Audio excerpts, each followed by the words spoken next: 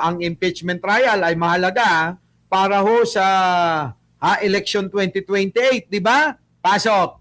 Brigada ang impeachment trial ni Vice President Sara Duterte makatutulong sa publiko para alamin kung maipagkakatiwala sa kanya ang pagka-presidente sa 2028. Ayon po yan sa isang House prosecutor. Kita nyo mga kababayan ko, mahalaga daw na malaman natin panoorin nyo to't iigib lang ako. Pasok! Samantala mga kabrigada, ang impeachment trial ni Vice President Sara Duterte makatutulong sa publiko para alamin kung maipagkakatiwala sa kanya ang pagka-presidente sa 2028. Ayon po yan sa isang House prosecutor. Brigada Haji Kaaminyo, ibrigada mo! Brigada Live Report.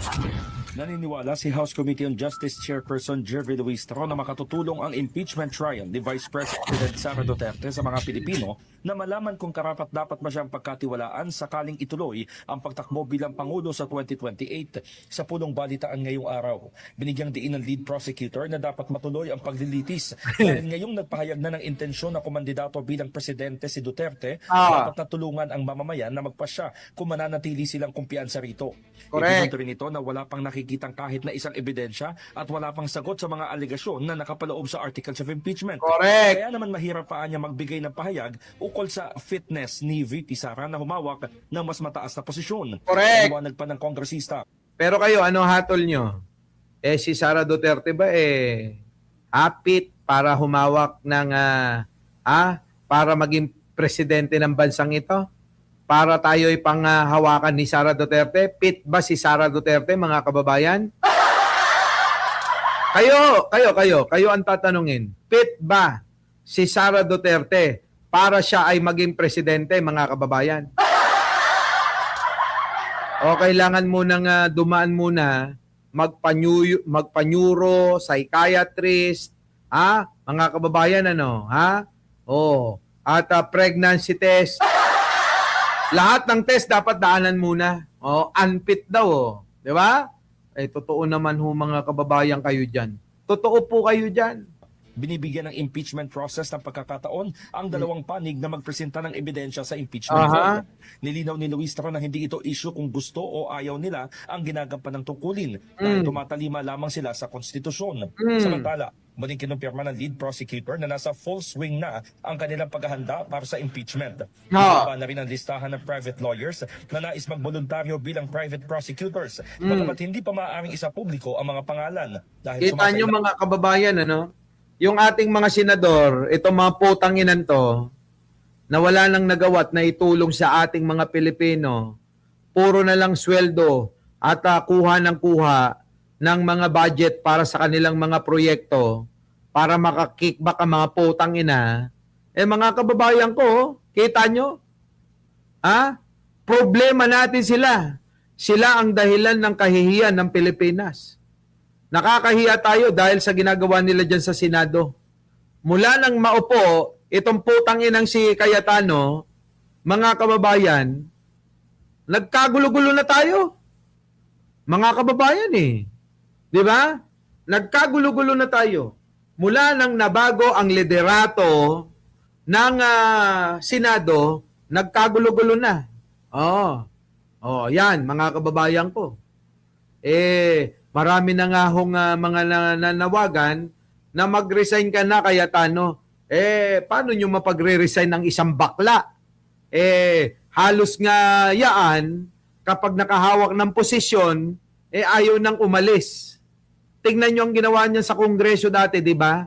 Nakipagbaldahan pa, syukdulan na ikandado niya ang lahat ng pintuan ng Kongreso para walang makapasok.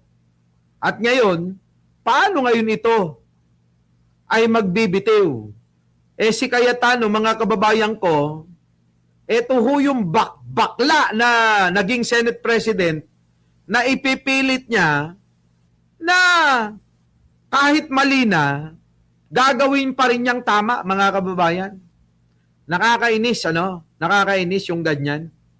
Nakakahiya na ho tayo tapos sige. Ito namang mga DDS, tuwan-tuwa pa rin na habang tayo ay nasisira. Meron nga akong napanood Sino daw ang iboboto? Sabi ni ate, ako si Sara Duterte. Total naman daw, sira na ang Pilipinas, mas sirain na lang daw natin kapag ka naupo si Sara Duterte. Di ba? Merong nag-viral na ganun eh. Sabi ba naman mga kababayan, no? Total naman, sira na ang Pilipinas, iboto natin si Sara para lalong masira ang Pilipinas. Putang ina.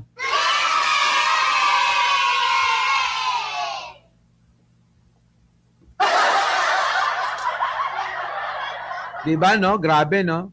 Alin pa rin to sa masusing assessment.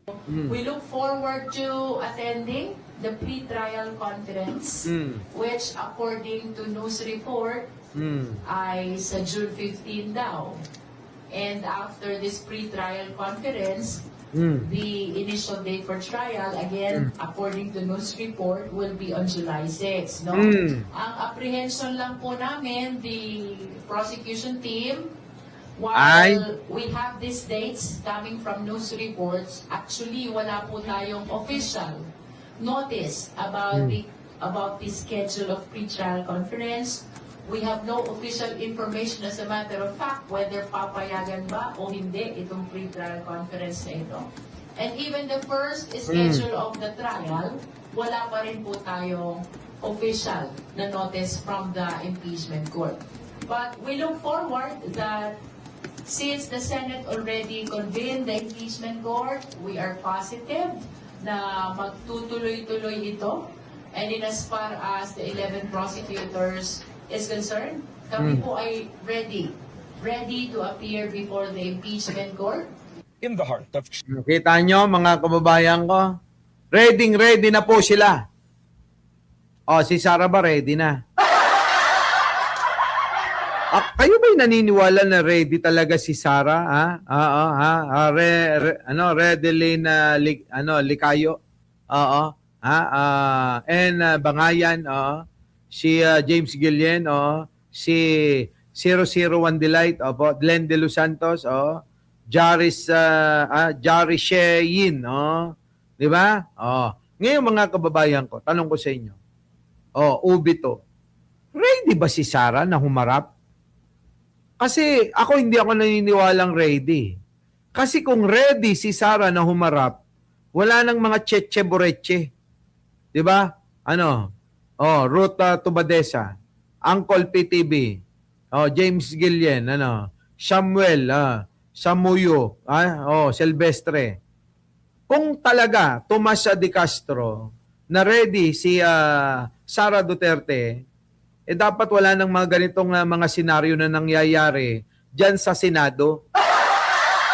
Kaso wala, mga kababayan. Wala, talagang matindi. Eto na, Bang papalapit naman ang Eto naman, ngayon mga kababayan, akala ni Sara matatapos na. Tuloy-tuloy na ang ligaya. Nako, mali ka, Sara. Dahil sa impeachment trial mo, Peli Pilipina, Bunny Boy, Helen Mancao, maraming magbabantay. Jessie Peñarobia, Norma Tanwangco, Alaka, Lucky Me, Topakits Matias. Eto, mga kabrigada, habang papalapit naman ang impeachment trial ni Vice President Sara Duterte sa Senado, nagsisimula na rin kumilos ang ilang grupo upang bantayan ang proseso at tiyakin malinaw sa publiko ang bawat hakbang ng paglilitis. Wala naman sa mga volunteer observers hanggang sa mga information campaign.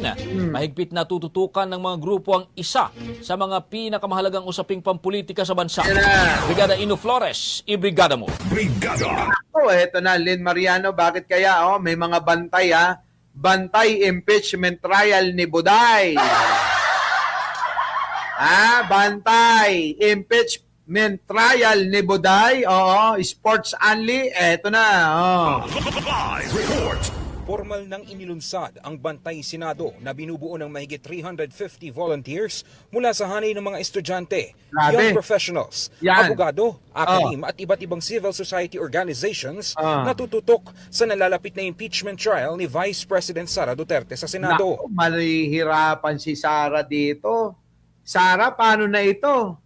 Maraming mga estudyante, iba't ibang sektor, na mga leader ng mga organisasyon ang mga magbabantay sa impeachment trial mo.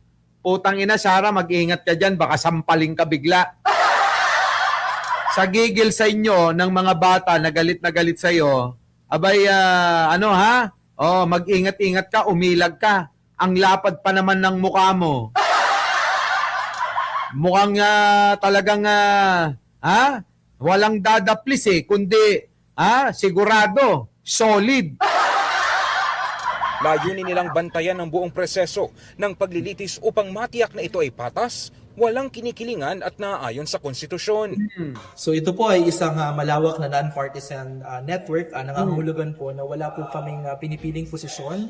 Sa ngayon, kung naniniwala po ba kaming may sala o walang sala si Vice President Sara Duterte. Naniniwala po kami na yung mas mahalagang pagtuunan ng pansin sa ngayon ay yung mismo pong proseso ng impeachment trial o yung paglilitis na dapat ay maging patas, dapat ay walang kinikilingan o impartial yung ating mga senator judges at dapat din po maging transparent sila dun sa publiko. Bahagi ng kanilang programa ang pagsasagawa ng mga town hall discussions, online information campaigns at community watch events upang mas maintindihan ng publiko ang takbo ng paglilitis. Patay kayo! Patay ka, Sara! Patay ka! Oo. Wala na, mumulat nilang taong bayan sa kung ano ang katotohanan sa mga nililitis. Halimbawa po, na pag-usapan, Mary Grace Piatos, hindi maipaliwanag ni Sara kung sino si Mary Grace Piatos. Ilalathala yan, ibabalita, kakalat ngayon sa social media. Bakit hindi maipaliwanag yung pangalang Mary Grace Piatos? Akala ko ba totoong tao yan tulad ng sinabi ni Sara Duterte? Nasaan ang totoong Mary Grace Piatos? Dapat maipakita kung sino yan. Pag hindi na ipakita, mga kababayan, alam nyo na halos lahat ng mga hocus-pocus dyan sa kanyang confidential fund lang muna, confidential fund, malamang ninakaw mo lahat. Sara, babantayan ka ng mga kabataan, putang ina ka. Baka mas matalino pa sa'yo yung mga bata na nagbabantay sa'yo, ha? Diba? Nakakahiya yan. Sara, biruin mo, yung mga bata ng mga estudyante, yung mga freshmen, mga senior na mga nasa koleyo, babantayan ka. Tapos, magbibigay sila ng opinion sa bawat mga mangyayari dyan sa Senado. Naku, Sara, putang ina. Nakakahiya ka pagka ikaw napahiya-pahiya dyan. Diba? Nakakahiya talaga. Tuloy. Maglalabas din sila ng daily summary at analysis ng mga pagdinig, pati ng live scorecard na susukat sa performance ng mga senator judges. Yung ating pong research committee sa Bantay Senado, meron po tayong mga lawyers, may mga abogado po tayo at iba pang mga political experts. Ka, political expert, abogado, lawyer, mga estudyante, mga valedictorian, mga summa cum laude, mga kababayan na mga magbabantay sa iyo, Sara. Sara, babantayan ka. Hindi basta-basta itong mga to. Hindi ito katulad ng mga vlogger mo na tae-tae. Hindi katulad nila Banat Bay at saka yung mga grupo niya. Tignan mo yung itsura kung ano-ano mga pinagkukuha mo. Ito'y mga matitino, matatalino, magagaling, mahuhusay. Hindi katulad nila Mocha. Diba? Sila Mocha na anong gusto. Ayan, pa-fame war. Diba? Ayan, magpalamas ng suso. Diba? Makipagbengbangan sa kapwa babae.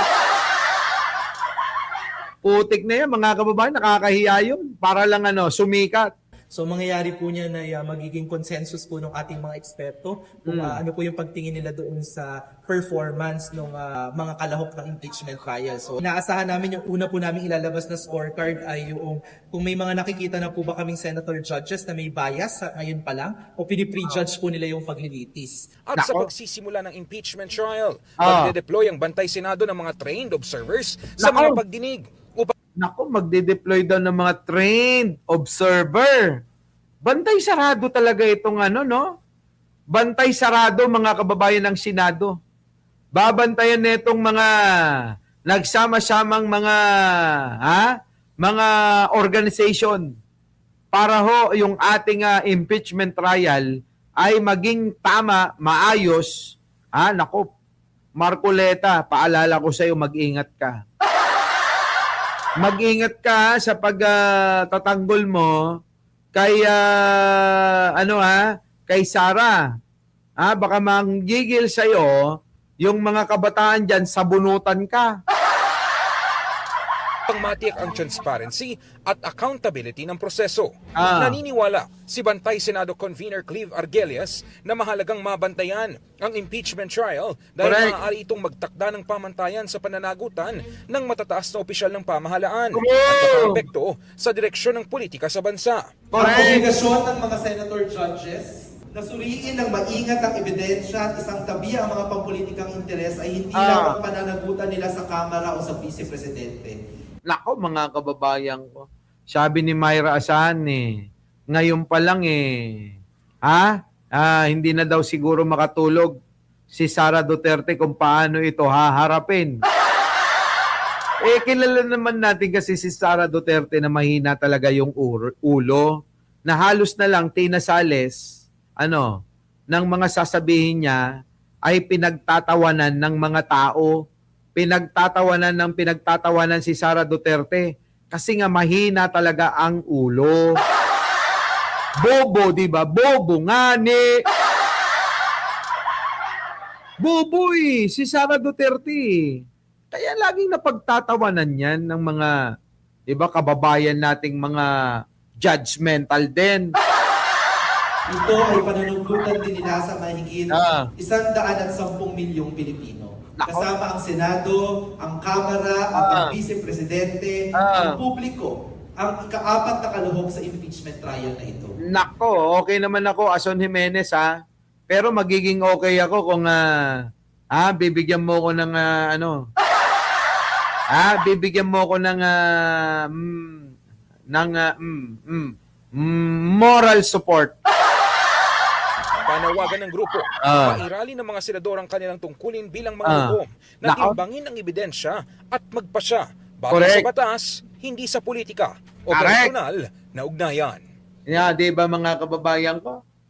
Yan ang problema, yung mga personal na ugnayan netong mga senador kay Sara Duterte. Malamang mga napangakuan na ito at alam ng mga tuso na mga senador na kayang-kaya nilang maniobrahin si Sara Duterte pag siya'y naging presidente. Di ba? Sigurado yun, mga kababayan, na imamaniobra nila at gagawin nilang sunod-sunuran lang si Sara Duterte. Magiging palamuti lang si Sara Duterte.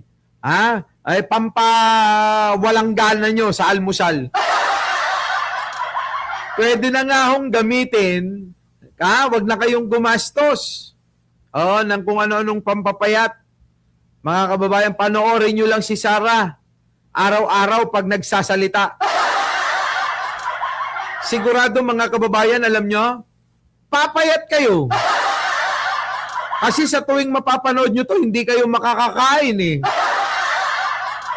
Putang ina, paano pa kayo makakakain kung si Sara tuwing umaga, tanghalian, hapunan, siya yung makikita nyo nagsasalita? Kasi kaysa kumain kayo, sasabihin nyo, putang ina, ang bobo netong, ang bobo netong naging presidente namin. Ang tanga-tanga ng naging presidente namin. Putang ina, nakakahiya itong naging presidente namin. Ganon. Ganon ang laging mangyayari sa atin araw-araw. Magiging malnourished tayo dahil kay Sara. 'Di ba? Mangungumusimi kayo talaga. Mangungunsimi kayo. Promise.